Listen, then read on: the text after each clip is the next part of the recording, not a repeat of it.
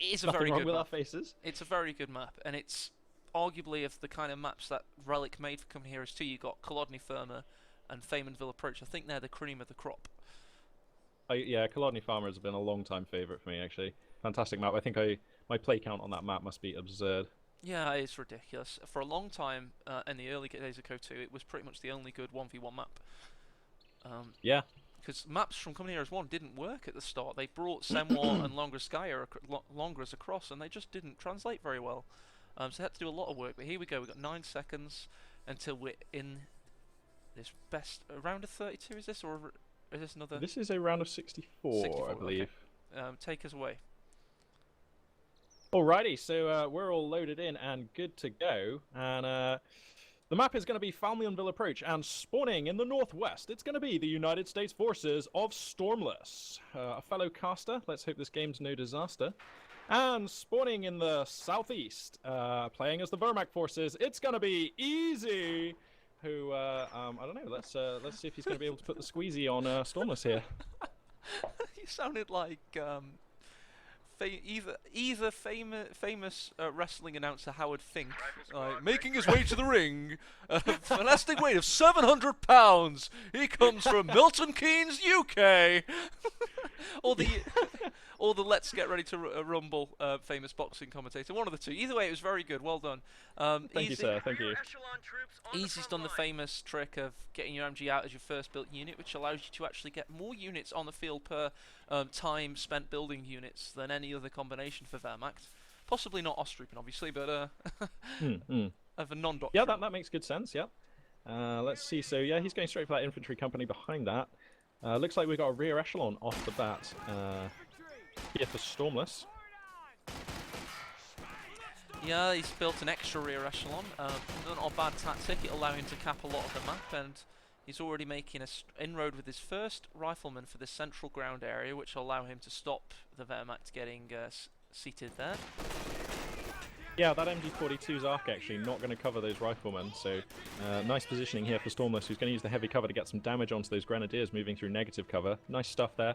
Little things, but at this high level of play, it's the little things that make the difference, so Stormless really is. getting some jobs done.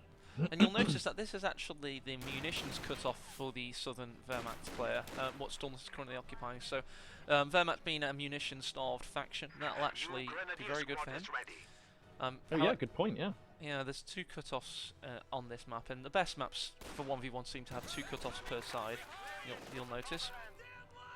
Yeah, it does make some very interesting positional play and tactical decisions, which is, let's face it, what RTS is kind of all about. But I think Company Heroes more than any other, seemingly. I mean, yeah, definitely. Yeah, one of the few RCSs where literally holding territory and holding ground is super important because you know, that is your resources.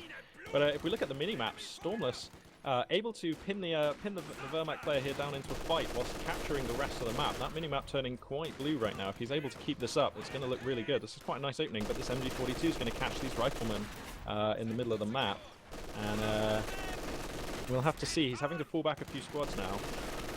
Or at least I imagine he will in just a second. He will. He's ceding territory to Easy right now. Easy's got his 3rd Grenadier on the field and will be able to support his MG and push it up a little bit more, as shown right now. And that is the way to play with an MG, giving it advanced lines of sight and covering its flank. Yeah, it's a shame that Stormless can't get anything around the sides of this MG because it's being a real thorn in his side. Let's see, so he's up to 3 squads of riflemen, 2 of rear echelon, 3 squads of grenadiers, the choice for Easy. Relatively standard stuff there, nothing too exciting. Right, we've got Lieutenant available for Stormless. Will he go for the early M20 or will he wait for something bigger and better? What do you think is the right decision? I'd say M20 if he can micro it and go for it. I mean, it's what you see most USF players doing, so I don't think Stormless should be any different. Yeah, I'm down for that. That sounds good to me. It's a pretty ferocious unit, and it can be terrifying to deal with as Wehrmacht, actually. It is. It's the best tool for disrouting Wehrmacht MGs.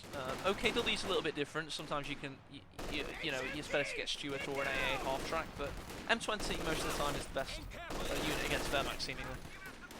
Yeah, flexible choice as well, because, you know, especially on this map, actually, you can just hop the crew out, put that Zook into a building quite nicely, and that'll enable you to hold off, say, at 222, or, you know, even contribute to other armoured units as well. So that's pretty useful stuff. Good These, rifle grenade- flank from Stormless. He's managed to destroy a few units. He's currently duking out with a grenadier, but he's going to have to retreat seemingly. No, he's got his buddy to help him out. 5-man squad giving covering fire as he retreats.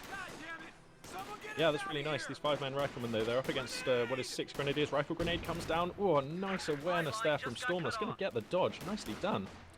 Now getting shot in the back. Cover is one directional in company of heroes, and he's going to get pushed away. Yeah, that's true. That is true. And it seems like the Axis player just now is putting down the light mechanized company, so he's going to have access to his second layer of tech very shortly.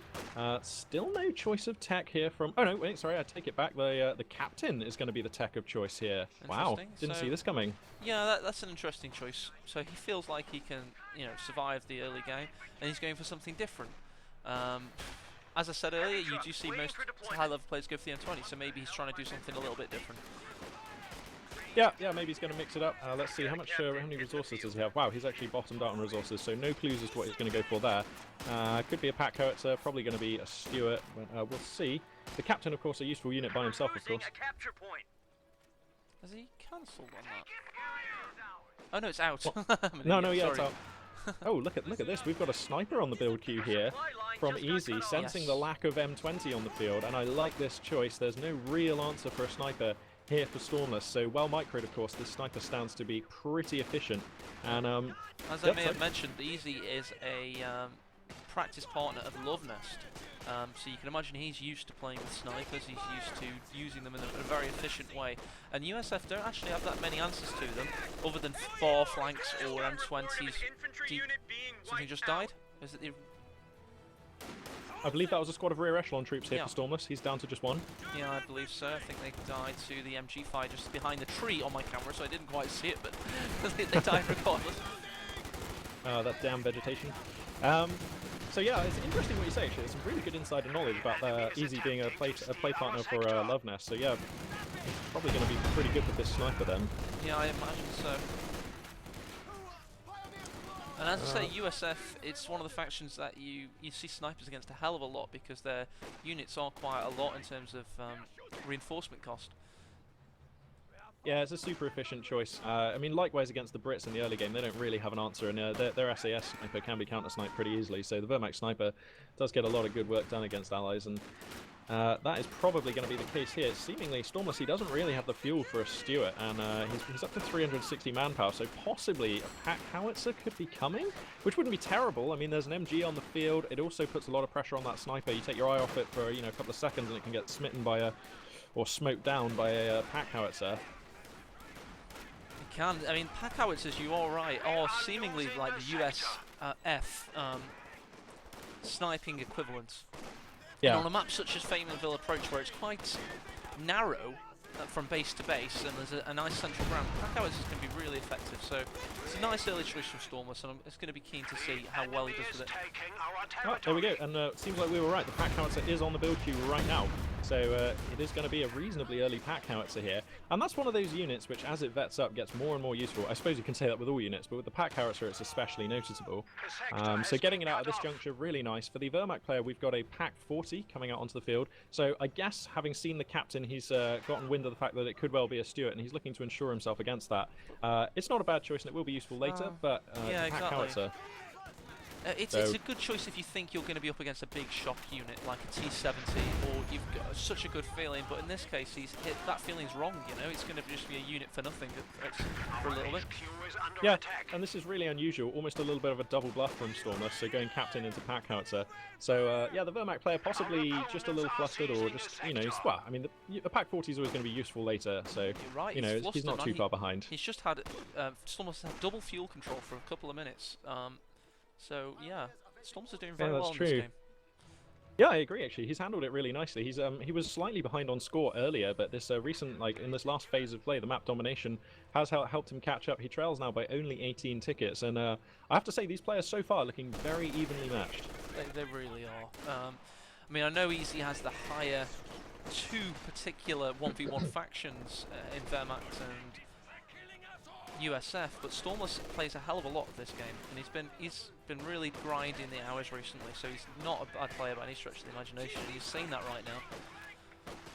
Yeah, absolutely. Like he spends a lot of time playing this game, and you can see that on his Twitch channel. He streams almost every day, grinding away, and he's top 100 with all of the races now. Is he? I'm not sure. 150 out 5 factions, so it's not too bad. You know, Okay. he's a good all-rounder, whereas Yeah, Easy yeah. has been out of the game a little bit. Here comes a big pack out. It's a shot. Oh, that grenadier, if he hadn't retreated, would have been bad. Right in the heavy cover, could have been bad. Yeah, that pack house actually yet to land a hit so far. But you see what it's doing, because Easy picked it up on his headset and heard it coming in, he did a full retreat there. He knew his grenadier, if it got hit, might have been a squad wipe. Ooh, Pioneer possibly wiping Vet 2, Rifleman on retreat. And some grenadiers getting wiped in the west of the map as some riflemen who have access to that M1919A6 LMG thanks to the choice of commander here. It's tactical support for Stormless, so a squad wipe coming down for those grenadiers on the left flank. Great work by Stormless, Yeah, utilising... needs to be careful. Ooh. Very Oh, that rear powerful. echelon, there's a sniper. Oh, the sniper had to reload. Stormless getting away with that one. So he's got tactical support, and this is what I thought he might end up going. It's such a powerful doctrine, especially those M91919A619 machine guns. They're just so powerful. Oh god, the Stuart's run straight into pack fire. This isn't good. Fortunately for him, there's no snares around, so he can eat 2 pack shots, get the bonus cover road. Will he retreat, attack ground? Manages to get out of there. Oh, close thing there for Stormless, but the plucky light tank remains intact. Only just though. And I don't know, actually, I think Easy's position here is becoming a little bit compacted. I fear for him. If you look at the mini-map and look at the distribution of American units, there's very real danger that in the next minute or so we might see a siege line established around the doorstep of the Vermac player's base. He's going to have to make a move and get himself together and get some ground control out there soon. How much manpower does he have? Okay, so he's not that pushed on manpower, and he does have 100 odd fuel. I wonder what he's saving for. Dude, the sniper died. Oh, what?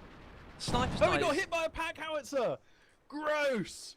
Oh man, there's a crater by the tree where he was standing. Yeah, look at the veterancy on that pack howitzer. Oh no, the Vermac sniper getting obliterated by indirect fire. Where is the exact tree where he died? Can you describe it to me? What point is it near?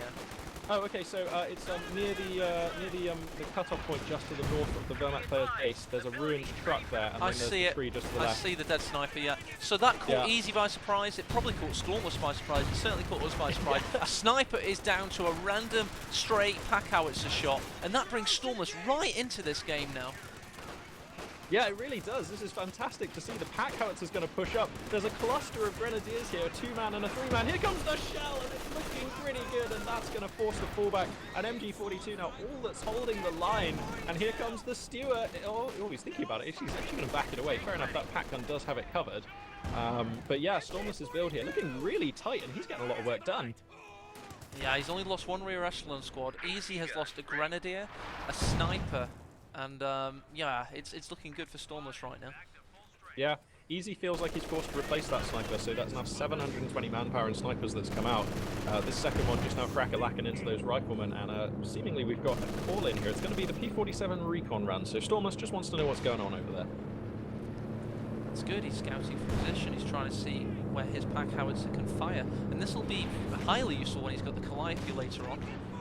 Obviously, yeah, sorry, this pack howitzer actually, the German player knows where it is, and he's moving up to it with 2 squads of grenadiers. Rifle grenades are pretty fast, and the pack howitzer is pretty slow to move, so this pack howitzer possibly in jeopardy. Here comes the rifle grenade.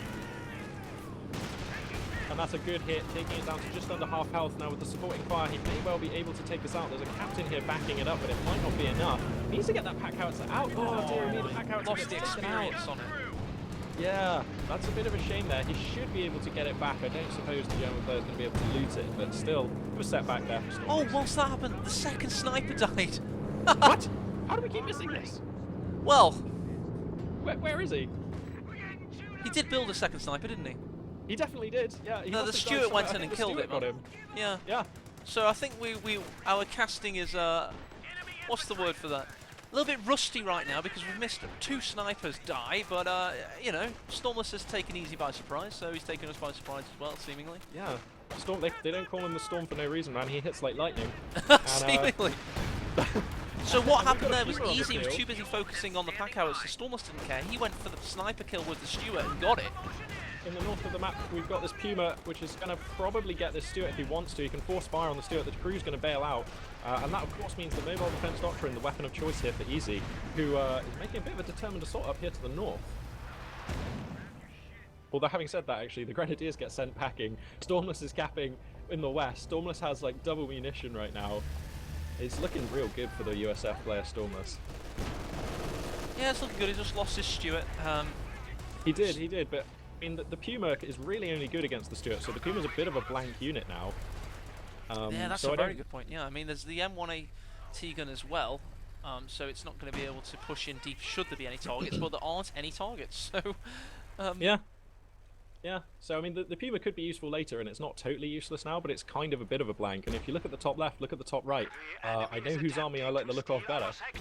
So that's a very good point. Snipers are 360 manpower, so it's you know, it's 720 that's been spent for about the death of about 6 models overall. Yeah, it's pretty brutal stuff. A GR34 Mortar Squad is going to be the choice for Easy here. And I like this, actually. It just gives him a bit of flexibility. He can pop down smoke, he can put some pressure on the USF, he might get a lucky squad wipe or two. I think I like this choice. It's the poor man's sniper. I have to say, if you're losing your snipers and you feel like you can't keep them alive on a map like this, you get the mortar and it'll keep plugging away for you. Yeah, we've got a P-47 strafing run just now coming down on the doorstep of the Burmac base, going to blaze down that MG-42 for a little bit. Not much damage dealt, but forcing the MG-42 to GTFO, basically. And a massive fallback, and Easy's position, like the minimap tells the story. He's so compacted right now. Stormless has done very well indeed. He's now pushing up to take the fuel. He's going to have that Calliope coming out in no time. It's a 140 fuel costing unit. He has more than enough fuel, and he's nearly at 10 command points, so he's going to have it within, sorry, a 17-minute mark seemingly at the moment. Yeah, it's looking pretty good. Let's oh, another M1 coming onto the field here for Stormless. Okay. Well, he's got to protect himself now. If he's going to go Calliope, which he is, he's got to protect himself, and that's the probably wise thing to do. Yeah, you're right. That does make good sense, actually. Stormless getting super aggressive. These riflemen actually getting a bit caught up in the base defences here. This MG-42 bunker going to probably force them back. Coming in to try and get the pack gun, but they're not gonna. And because he's condensed his opponent into such a pocket of resistance, this Calliope, when it hits, it's going to have some nice juicy targets. Yeah, quite right. And here it comes. The American indirect fire tank, the Calliope as some people are calling it, comes onto the field here. And we're going to have to see if he forces a fallback of Vermac units and then barrages the fallback point, that could be game. I mean, that just could be game. So this game's on a knife edge right now for the Axis player Easy. Yeah, knife edge is the word. I mean, the expectation is massive now for this Calliope. We've set it up to be devastating. Just watch it cut a silhouette around the units and get no kills. Yeah, right. That's my Calliope every time. Yeah, me too. So yeah, this GR34 though is doing well. It's nearly got 1 star of veterans here, and it pretty much only just arrived. 2 kills on that, so I'm glad that is doing well, as I thought it might. The Calliope's just now raining some fire in though, and getting 1 man off the mortar team. Actually, it is going to wipe that mortar crew. Damn, so it turns out Calliope's better than mortars.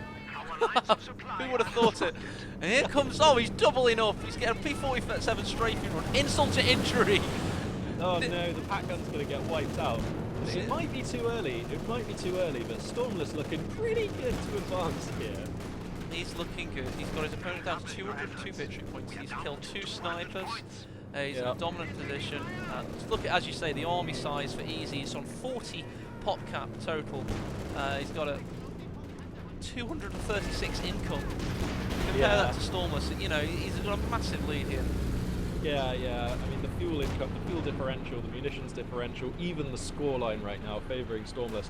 And like, I've seen bigger comebacks, so I don't want to write Easy out just yet. And Vermac are a very capable faction who only need 1 or 2 good engagements to lock you back up. So I don't want to say it's over just yet, but Stormless has got a really big job here. Oh, sorry, not Stormless. Easy's got a really big job here. Yeah, Stormless has done a really big job. He's had an excellent game plan here. He's used one of the most powerful commanders in the game, and he's played it to the book. You know, he's literally done everything you want to do with that commander. Yeah, absolutely. Yeah, he's really shown off the new tactical support company commander really nicely. Squad of Grenadiers here, 3-star with an LMG-42, kind of getting caught out. Where's the fallback from Easy? Fallback comes down, but he's very wounded. Oh, Stormless is going to pursue for the squad wipe. That could be a big one if he gets it. It looks like that guy's just going to slip away, unless can Stormless focus fire with this suppressed squad here. No, he's not going to. Okay, that Grenadier is going to escape. He's done well there. Third sniper out just as the Calliope makes an excellent barrage on that central base area. Will it wipe the Grenadier? One shot needed. We've got two Vet 3 Grenadiers with one-man squads. Oh, we see the squad that ran the gauntlet, Magpie, die in the end. What a cruel death. Oh, wow. God damn it. War is hell, it turns out. And, yeah, this thing's looking really bad here for Easy. He manages to keep one of his Grenadier squads alive. I was afraid he might lose both. And they are still 3-star. And his army is very Spartan, very small, but definitely functional. So, yeah, you know, Easy doing what he can here to try and stay in. But he's down to 170 tickets. He's under a triple cap, so the clock is on him pretty hard here. Another sniper, the third sniper on the field here. Yeah. That's 1,080 manpower spent on snipers now. Yeah, it is. Doing math live on stream, brave stuff there, AE, top respect. Yeah, it's good in the early rounds. It starts to get a lot worse after that.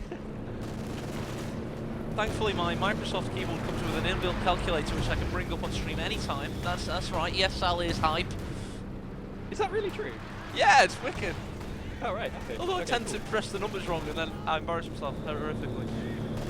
So Easy's been forced into a defensive position here, but it's looking okay at the moment. The MG42's in a great position. The sniper's chipping down that captain. He's got some pioneers here doing some capping. He can probably turn aside these riflemen using the Puma, the pioneers, and the sniper.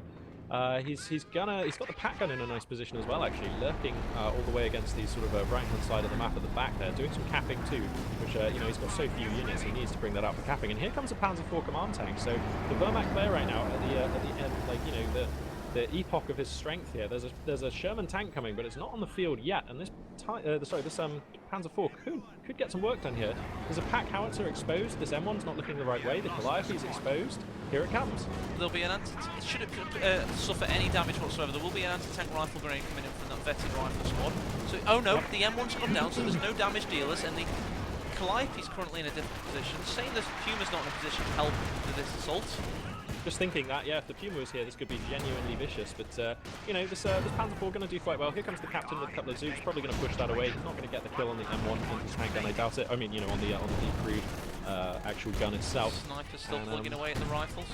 This sniper in particular has done well. He's got 10 kills already, so that just goes to show you how devastating snipers can be. Sherman on the field. Bounces the first shot, ricochets off the front armour of the Panzer IV, and takes a Pack 40 shot for its struggles. This looks like a pretty bad fight, actually, and all that needs to happen now is a Puma to come in and make this super bad. I feel like if the Puma was flanking around to the north here, it would hit the rear armour on that Sherman and be totally unexpected, but it's going to take a much less optimal route, if you ask me. The captain's going to get some Zoop hits into it, and that's going to force the little cat away. Calliope's right up close with a Major. I mean, I assume that was a misclick, but it could end up being a ridiculously harsh attack. He may just go for it. He's going to go for it. This is going to be brutal. Such a condensed volley of fire. Ooh, he's going to hit the Panzer IV. He gets the Puma. The pack gun gets taken out. Stormless putting on the pain. Stunned on the Sherman, though. Captain's going to come and try and save his life, Magpie. Got two. Oh, I don't know about this Sherman, man. He needs to. Can he pop smoke? He needs to use the smoke, I reckon, in its rear quarter here. Use that long range we smoke. got Puma shot in the rear. Will the captain take vengeance upon the Panzer IV command tank? Rear armour hit. No death, however. The Puma's blocking him. Will one more bazooka shot round go in? Oh, it misses! It hits the Puma! That's a poor targeting from the captain. I think it was a glancing hit, actually. Tack round through the smoke. Oh, no, the mortar! The mortar wipe on the captain! That valiant captain was trying to destroy Axis armour, and the mortar came in and just, you know, ebbed his life out of this plane of reality. It's a very, very harsh thing to happen. Everything's changing around a little bit now. Great start for Stormless, but these last couple of fights haven't been super efficient. He does have the luxury of more resources, so it's kind of okay. Here comes a nice airstrike to try and find those repairing vehicles. But those fights for Easy, that's how it needs to look if he's going to get back in this game. So step one is complete. You can see on the map he's now secured a perimeter around his base. Some of the mini-maps turning red.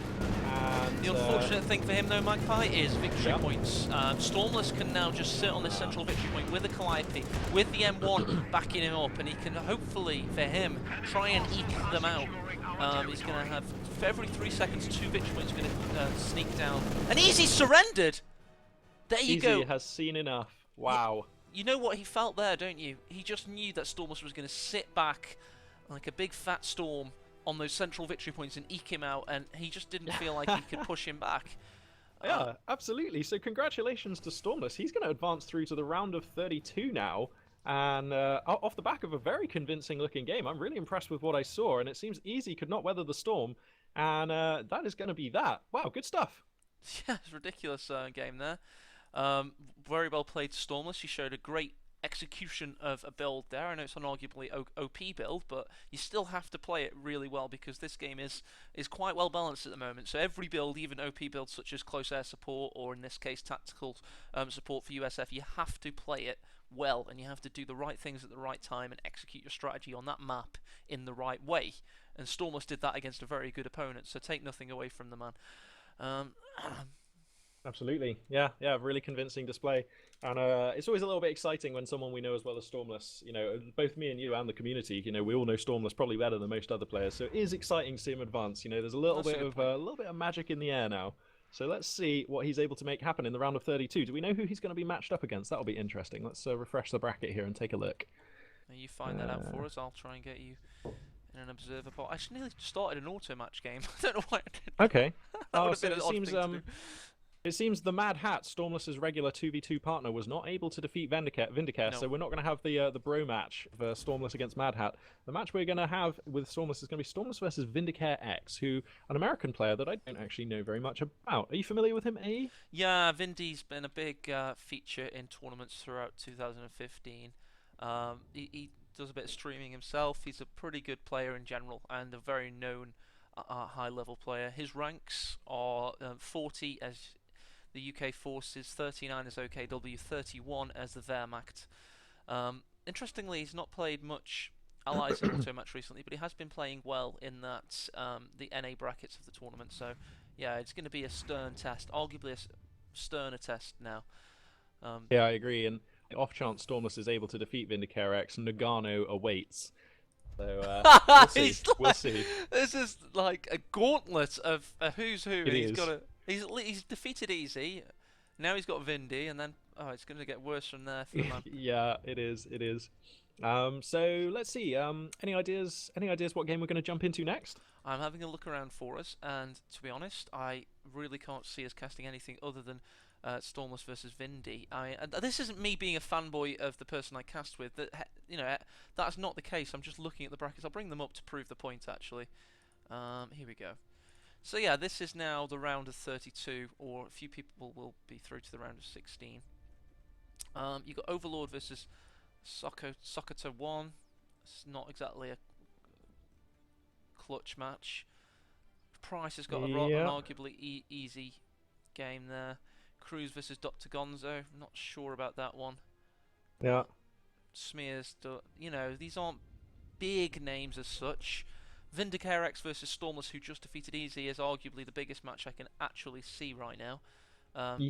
Helping Hans will be streaming his own game.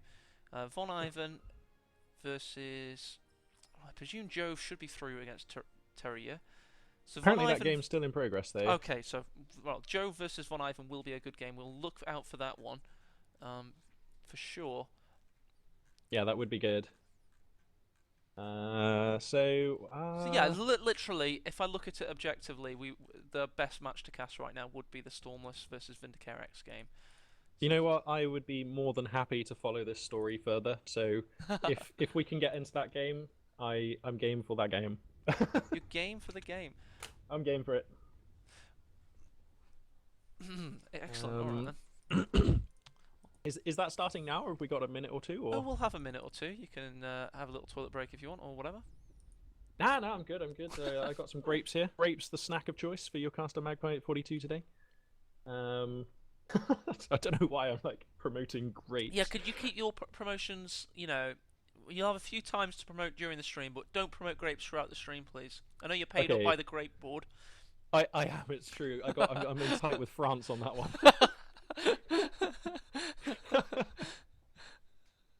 Oh dear. Big shout out to everybody out there in chat. The chat's looking really good at the moment. Everyone's super hyped. Are they? Yeah, everyone's really excited about Stormless, man. Stormless is in chat as well. What's this? Great Master Race, Gaming Bro 599. You know it, my friend. Yeah, Grapes are the that's best. OPS Fahu. Jono, That nice. is. That's Fahu. Is it? I think so. Oh no, he's got a different Fahu, what are you username. doing? Shouldn't you be crushing some noobs or something? What's going on? It's either him or somebody else. He doesn't have the name Fahu anyway in stream. Strange. Here's an interesting question, perhaps the background I don't know about. VLC54 asking you, AE, why isn't your YouTube written on your head? Oh, good point. Yeah, that's the good point. Basically, there was that big drama piece on Go4.org saying, about Relic and stuff, and people were saying, yeah, at one point from somebody that was a bit salty said about me, why is AE, promoting his YouTube on ESL? So I defended myself a little bit. I said because, well, we're doing this for free. It takes 9 hours to cast it, so we can promote ourselves a few times, can't we, Magpie? Of course. And then somebody stuck up for me and said, yeah, totally agree. You're not exactly a professional caster or anything, so plug away. So I'm gonna. Wow. I said, yeah. Do you know what? I'm gonna write subscribe to AE on YouTube on my head as a joke, but I think I should. I've got some sticky labels here though. Subscribe. I gotta say, I really do enjoy your casting style. I watched a few of your streams. I watched that stream where it was you and Stormless. Stormless went for a quick break, and then you turned into like the robot. You were the relic bot or something. Have you seen that? I watched that. That was really funny. I laughed so hard. That was great. Yeah. I really enjoyed that. In fact, you know what? I almost don't want to go for a break or anything because I'm worried about what might happen behind my back. That's right. I know your tricks. But yeah, I made $4.98 on YouTube last month, so it's a big income source for me now. Wow, Magpie. high roller. Drinks are on you later. Exactly. Here we go. Yeah, I mean, my total YouTube earnings to date have been able to afford me this incredibly plush grape hat. Yeah, grape. This incredibly plush this grape. Actually, you know what? I exaggerate because my total YouTube earnings to date amount to nothing. So. Oh, dude, you're missing out. What are you doing? I know. One day I'll monetize and do something, but that day is not yet. I'm not that fussed. Let's see what we've got going on. Stop talking about ourselves. Yeah. If we can help it. Let's face it, we are pretty great, but we are great guys. I've never cast with you before, but already it's just it's like poetry in motion. Two awkward English guys casting an RTS game on the internet. It's beautiful, isn't it? What better way to spend your Sunday? Don't think about that question too hard. Just agree. So looking at the chat here, let's see what's going on. Oh, I'm loving the head, by the way. That's looking great. Loving the head. Yeah. OPS Jono. Oh, how did I not think of that pun? AE. Yeah, we're pretty grape. Yeah. There we go. God. I feel like I was just graped. Oh my god, man! You got to stop whining. That's okay. That's all from our stream for today. Oh. That was a nice game. My coffee stayed just warm enough to drink after the game finished. So. Oh, you're a coffee man, huh? No, I'm a tea man. I prefer tea, but for casting, you got to go with coffee. Sure. Let's see. Let's refresh this bracket and see if there's anything interesting that's occurred. Ooh. Okay, so Smearx. How do you pronounce that guy's name? Smears. Just Smears. Okay, we'll call him Smears. Thanks. Smears is one of the first people through to the round of 16, confirmed. He's locked in. Nagano, he's already there, but I mentioned that, of course. Von Ivan has defeated Refero. He makes it into the round of 16. Good stuff there for him. The American player making his... Is this his debut in the EU Cup? I don't know. Well, click on his name, and then it'll follow through. Oh, wow, we have the technology. We can rebuild his player history, seemingly. We can rebuild this You past. are right, actually. That is seemingly his first foray into EU. Oh, right. He's probably thinking there's so many EU players playing NA, why don't I do the reverse? And I can't blame the man. Yeah, absolutely. He's done really well in North America Cup 2. He got quite far in that, actually. Yeah, he's a big fan favourite as well. I went and watched the stream, and the Twitch chat was erupting for him. And the great thing about Von Ivan, he sounds a little bit like Bane, but doesn't even try. It's awesome. Really? Yeah, I love watching his stream. He's a very funny guy. And he also says brilliant. He speaks in Twitch emoticons, like, or whatever they're called, like in his normal course of talking. It's very very funny. Anyway, where are we? Where are we up to? Yeah, just scrolling down here, just scrolling down. So yeah, Von Ivan made it through into the round of 16, and you know, it's a massive fan favorite. It's nice to have such a big personality here in the Europe Cup. So looking forward to hopefully being able to have the privilege of watching some of his play later. Moving down, very few other results. Prodigy Iggy has defeated Old Shatterhand. Good name, Old Shatterhand. That sounds like a shotgun with massive recoil or something. Old Shatterhand. Oh yeah, sorry. Join the observer. That's your number one priority in life. Not breathing. Okay. Not anything else, but joining this. The match no longer exists, I'm afraid. No, I know. This one will though. No, that one no longer exists either. This one definitely will exist. I bet my life on it. Okay. Yes, it does. Well done. Your life will remain intact. That was a close one. Whew. Nearly had our first on-stream death there. I bet there's been somebody that died on stream at some point. That reminds me of that thing in South Park. And everybody's asking who's going to be the first to die doing it. So yeah, Twitch. Yeah, sorry. I wish it was like the World at War South Park when I'm casting like 9 hours.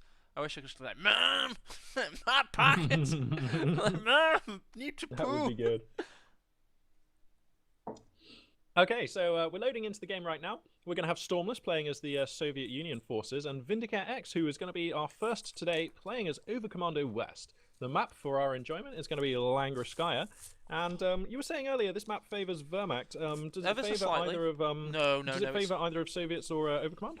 Depends how much maximum spam we're going to see. In all honesty. And does the Soviets' odds of winning increase with maximum spam?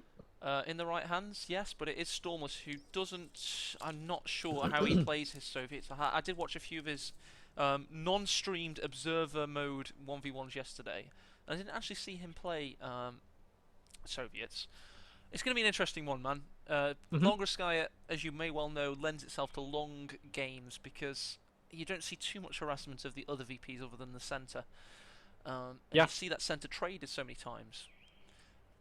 Early game, it does have interesting dynamics because there is a northern exposed cutoff, so the northern player, the dynamic is he has to defend himself as hard as he can.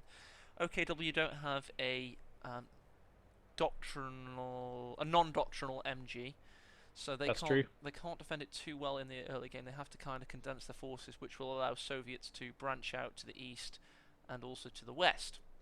Okay. So you'll see that dynamic, and should Vindicator X really solidify himself and Storm must be playing well, we'll be in for a long game here, in my opinion. Okay. Yeah, it'll be good. And is there any obligation on the players to switch race, or could Stormless have picked USF for this map as well? He could have, couldn't he? It's a best of one, and it's all about the coin flip. So whoever got that coin flip would have chosen either map or faction, and then the other guy has to choose the opposite of that. So he couldn't have chosen USF? He could have, yeah. Okay, so, because, I mean, basically what I've seen, like, a couple of times on Ladder, and it's a really cool thing that you can do with USF, and it's super powerful on this map, and this map only, because of the shape of the middle point. If you look at the middle victory point, it actually extends on the minimap, like, down the roads, all the way to the US player's base, and all the way to the Wehrmacht player's base. What this means is, for the US player, you can get a major, and just pop him right just on the doorstep of your base, and he, of course, has that lockdown ability. So then your opponent has to not only like take and control the middle victory point, but he has to get rid of that damn major who's right outside your base, like literally right in the pocket here. That's an interesting tactic, you know. I've never considered that. That's a good one. Oh god, it's brutal, man. I've never seen it beaten. I've literally never seen it beaten. It's so hard for the Axis player, and like, you know, it's not like the major even has to stay there. If he's in danger, he can just sort of move, and then when they start trying to cap or like whatever, you can force them away and then put him back. And that's why we'll work well as casters today, because you've been doing a lot of replays recently, and I've been doing a lot of tournaments. So I've got a really good knowledge of the highest level of play, what they tend to do. You've got a good knowledge of what you might see from, you know, the auto match pool and replays. So you'll be your knowledge of little strategies like that I might not have seen will be really good, I imagine. Be interesting, definitely. Hopefully, we aim to impress. You've got 2 minutes of time to kill, and we're looking good. Yep. Yeah, 2 minutes here, 2 minutes indeed. Did you watch the tennis earlier? Do you watch any other sports, or you just stick to the e-sport that is Come to Heroes 2? I do love some tennis, but I wasn't watching it earlier. I do watch other things, but yeah. Djokovic just killed him. It wasn't even close in the end. Djokovic is like, if you were to like sculpt a man out of marble or something, like he just looks like he's just his face is really smug. I know he's Yeah, perfect. of course and it is. everything. It's so I'd be smug if I and looked annoying. like that. Have you seen Yeah. his girlfriend as well? I'd be smug. I'd be like, ha ha ha ha. I At all know, times. like, and he's on all the adverts. He's just like Nike and like Omega watches, and like he is basically like if they cast him as James Bond, I wouldn't even blink. Like, he's just Yeah, like that Djokovic, kind of James man. Bond. Yeah, I see.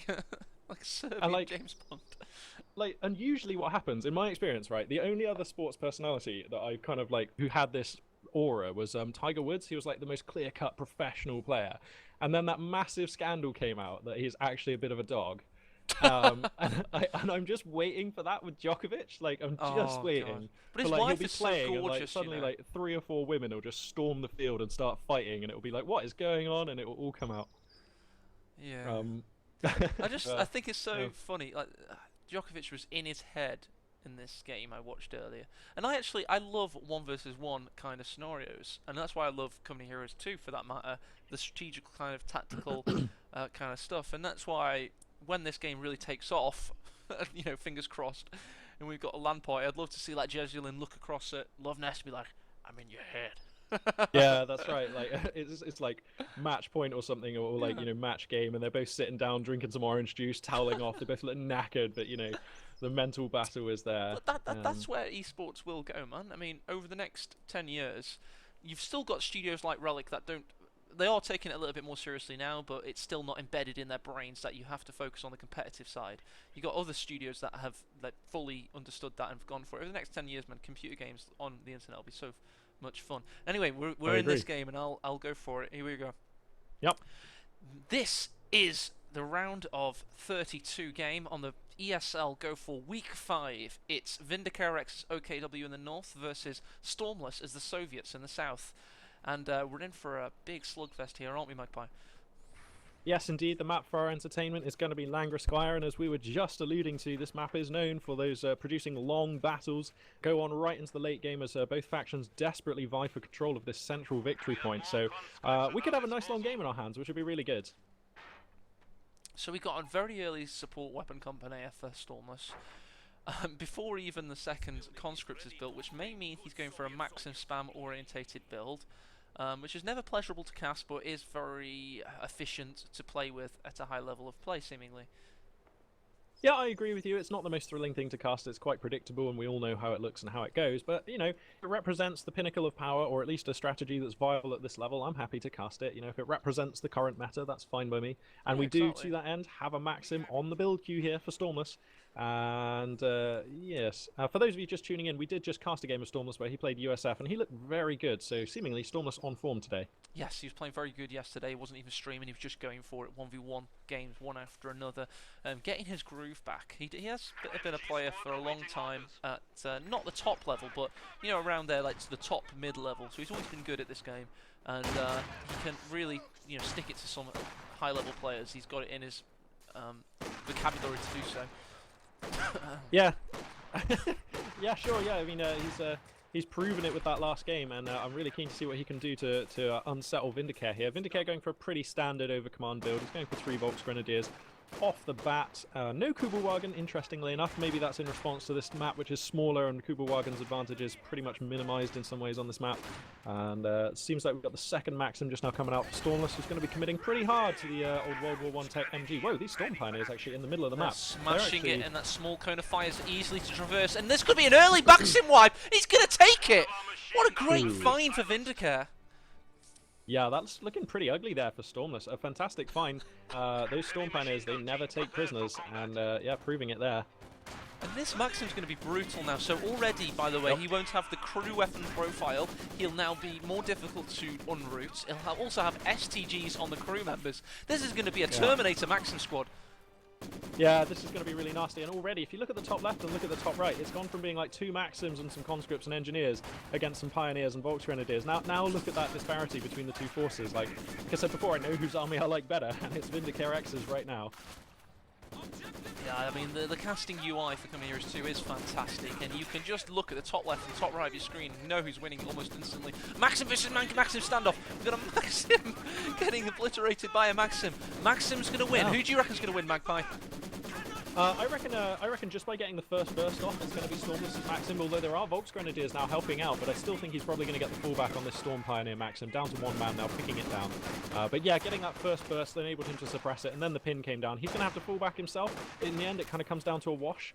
But yeah, I kind of think Stormless won that one. Folks The third Grenadiers Maxim going to be moving on now. capping up the...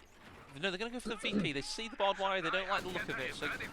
Interesting from Stormless there. He does deny the cut-off attempt, though, with a very well-placed Maxim there. So he's yeah, that was defending. nicely done. Yeah, that he is. We've got the Schwer of a Max Schlepper construction truck on the field now for the overcommand player. He's going to look to...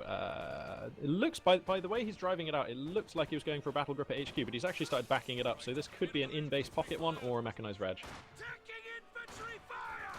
So we've had some people coming in from ESL. They've played their first games now. They've been dumped out of the tournament and they're stuck with us now, Magpie. We got Mad Hat, who lost on 28 minutes in his game. We got Jeffert, who lost to Barton in 25. Welcome to the stream, guys. Hope you enjoy your stay. Yeah, warm welcome to the stream. Sorry we couldn't cast you guys, and I hope you enjoyed your games even so. And thanks for coming and chilling with us, kicking back on this Sunday. I hope you enjoy the games. We've got a big fight being taken here. Two Maxims getting hooned on here by the Axis forces. This is an interesting fight. What do you make of this one, AE? Well, I think Vindy is going to push away the combat engineers. He's going to be able to push away the conscripts, and it's this Stern Pioneer that's doing it. He's just taking these garrisons, these very strong buildings, Magpie, that will allow him to really solidify his control on the map. Yeah, it seems like it, and using those Storm Pioneers there as the tip of the spear, just pushing away the allied units. Those conscripts actually going to force those Volks Grenadiers out of the building. I didn't see them taking that fight, but they've managed to do it. And the Maxim and these conscripts should be able to push away these Volks Grenadiers. Although, having said that, another squad of Volks Grenadiers coming to reinforce, another handsome-looking garrison available to the Axis player. Just behind of this, of course, the tech of choice for the Axis player was the Battle Grip at HQ in the base. So, light guns, flak half-tracks, and the infrared half-tracks going to be the weapons available to him. Yeah, I would highly doubt you'll get an infrared half-track, but yeah, it's... Oh, to be really? honest, I know. I don't even know why it's in the tech structure, to be honest. It makes no sense. No, neither do I. But I would have expected a mechanised regiment headquarters and an early Luke's, to be honest. Obviously, there could have been a Zist to try and counter it, but it would have really just pushed Stormless and kept him back completely. Yeah, a very potent opener, but made all the more so when you already have a lead, which Vindy has. ISG's a very yeah, I was good going to say, yeah, if he's going for the Battle Grip at HQ like this, it's almost always for a light gun on this. Sorry, what do you call them? ISG. Infantry ISG, sorry, for an ISG. Good. Okay, I'm very used to calling them lights, but I will call them ISGs. So yeah, I have a heavy feeling that we Brits pronounce that word incorrectly, so I'd much rather call it an ISG. Yeah, it's fine by me. Folks currently is trying their hardest to try and push away these conscripts. They are under heavy Maxim fire, as you can imagine. Yeah, the constant sound of that World War I tech just blazing out across the battlefield. And for Stormless, there's now a PM41 82mm mortar squad on the field. And that's actually going to really help him counter his own Maxim. So that's really good. Not only is it World War I tech, it's British colonial level tech. There's a famous British poem. Yeah. Whatever happens, we have the Maxim gun. You know. Yeah, that's right. They sold the designs to the Soviets, I believe, or something like that. Anyway, yeah, we've got a scuffle in mid here. Just a couple of conscripts going to be taking on some Volks Grenadiers. Nothing to write home about. And seems like most of the action still focused around this leftmost victory point. Stormless's position, though, awkwardly compacted, and that reflects his kind of poor opening into the game. Yeah, and he has munitions, and that's not what Soviets need. They are a fuel-starved faction. That is their bottleneck, fuel. So he needs to get one of his fuel points, and he's trying to do that now. We've had some special operations chosen for Vindy, so we'll have those infiltration tactic grenades coming in very shortly. They're fantastic against Maxims, they are. Yeah, they're very good against Maxims. This is a really interesting choice of commander, though. Usually when people want the grenade package, they tend to go for that scavenge doctrine. But I have seen more and more increasingly out on the ladders the special operations doctrine, and of course it's the allure of that Panzer command tank, which draws people in. Now that Overcommand West have regular fuel income, that Panther is actually quite easy, well, much easier to get to. So, yeah, a pretty potent commander pick here. Yeah, you can't mess with it. It's just so nice that people have noticed that there is another really good OKW commander that they can rely on in tournament level play. Beforehand, it was mostly just Luftwaffe ground forces, so I'm glad there's at least another one that they're starting to use now. Yeah, I totally agree, actually. The Overcommand West, a faction with a pretty awkward lineup of commanders. They're all good fun, but not many of them that good. But anyway, that light gun was doing some fantastic work, hooning on the Maxim squads earlier, achieving a number of kills. It will be coming up for... Oh, actually, no, only 2 kills on that thing. Huh, well, they looked pretty good anyway. It's the health damage it will have been doing, also just the presence. Normally, sometimes kills aren't the most useful statistic, I find. Yeah, good point. Valid observation for sure. And how's this mortar squad doing? Yeah, nearly 1 star of veterancy on the mortar squad here for Stormless. The Axis player is just getting his second Schwer of a Max Schlepper right now, so we'll see what the next truck is going to be. But judging by the amount of fuel he's floating, it could be the Schwer Panzer Command. He definitely has the option to deploy it, and he has enough room in the middle of the map where he could actually put it down in a place where that flat gun's going to be a real irritation for Stormless. Conscript trying to neutralise that central victory point and keep Dan in this game right now. Yeah, these conscripts in middle though, they need a fallback. There it comes. A little later, I feel.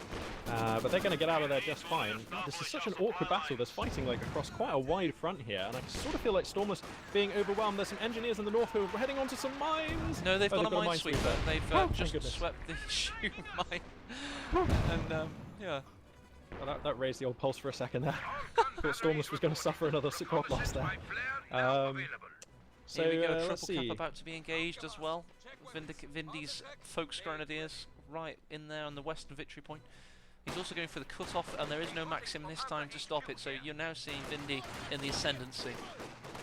Absolutely, yeah. Vindy really flexing his muscles right now. Got off to a nice early lead. We've got some guards just now entering the field though for Stormless. We'll see if the elite infantry squad is going to make a difference here. He's also got that Zis gun, and he has enough munitions. Oh, sorry, he doesn't have enough munitions for a barrage, so no option there. The commander of choice for Stormless, guard motor coordination tactics. There we go, the trip cap is engaged. It's going to smash Stormless's victory count down. He's currently on 347 versus 500 for Vindy, so this could be a victory point ace game for Vindy. Yeah, it could be. Yep, and it definitely has the makings of one. But, having said that, if we look at the top left, if we look at the top right of the screen, Stormless's army is definitely capable, and if he can just regroup and take a decent fight and get himself some breathing room on the map, this is well within his reach. He's a good player, he'll be used to playing from behind. So this is far from locked up for Vindicare, though it does look pretty bad for Stormless right now. It does, and this Maxim's being a menace. 8 kills and counting, veterancy 2. It's done really well for itself.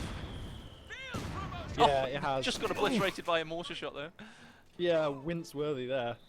So yeah, two stars on that unit, and like you were saying before, it doesn't have the weapon crew profile, and it does have STG-44s dackering at anyone who gets near, so that's a pretty potent hero Maxim, really. That light gun also still chalking hits in, up to 5 kills, nearly a star of veterancy on that thing. Obersoldaten coming out. Yeah, from the Eastern Front engagement, we've got elite troopers. Will they have their LMG, or will they instead go for the infrared STG? It's an interesting choice. Yeah, I agree with you. It is an interesting choice. I think on this map, and certainly given the composition which Stormless is using, those infrared STGs actually do slightly more damage, like at the very long range. So I imagine that you would go for those. They're slightly more expensive, aren't they? I think they cost 90, not 40. 90. 90, not 60. They are 30 munitions more. With that, you absolutely negate cover advantages. I mean, correct me if I'm wrong, chat. It's been a long time since I was part of the statistical group on that, and is that the case? Do they still negate cover advantages, Magpie? I'm pretty sure. To the best of my knowledge, yeah. Although, yeah, like I say, chat, feel free to step in if you know better than us on that one. I believe they do, yeah. I'm almost certain.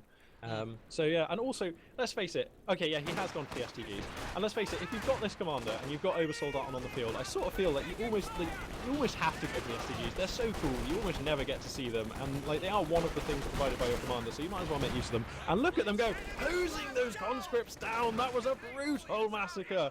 What a squad, right? They just in the blink of an eye, they just died. Storm Pioneers might have helped a bit, but damn, 4 kills racking up on those Obersoldaten instantly.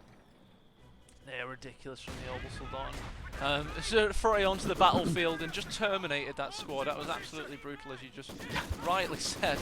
And Stormless is in a dire situation now. Yeah, Stormless is in a dire situation. He still has the tools he needs. If you look at his army lineup, he's got guards, he's got some conscripts, he's got some indirect fire, 2 Maxims, and there's this gun. You know, that is a functional force.